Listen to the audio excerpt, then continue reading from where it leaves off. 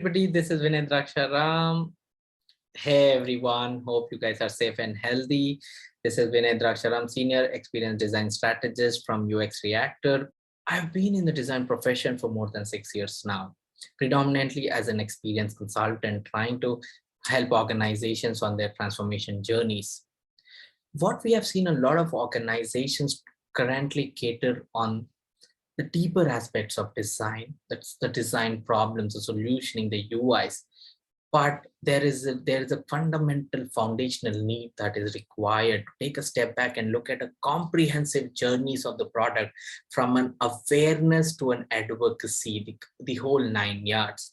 And that is the topic that we have in hand today, which is product thinking. To understand product thinking slightly deeper, let's take a deeper dive into product thinking here. A lot of organizations are at the bottom of this pyramid, where they are trying to cater what the user is asking for. But if you and that we term it as design thinking, where you're identifying a want of a user and trying to deliver it to him. Whereas product thinking is you're trying to identify the user need, and sometimes these needs are not stated. When you completely empathize with the user and understand their journeys comprehensively, that is where the needs come out. And when we cater to those needs, that is when we make the real difference of the product, and that is what we're terming as product thinking, right? So what does product thinking really does? Product thinking really pushes us to take a broader perspective than trying to get into the finer details, understanding the overall ecosystem of the product rather than trying to find the UI or the screens of the product. To put product thinking into action, there are four major pillars that we have come down to.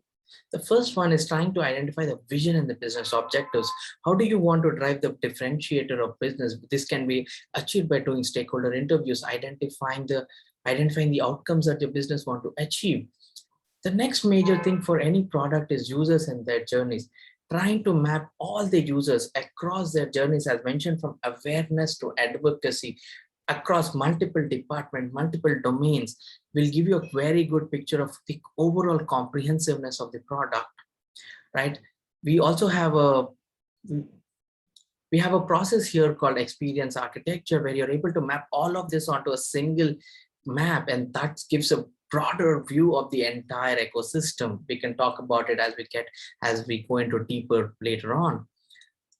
The next thing is collaboration. A lot of times designers are siloed to their particular environment. No, when you collaborate to across department, whether the sales teams, the marketing teams, the customer success teams, because the user, you have to make sure that every interactive touch point of the user is addressed and brought into the context here.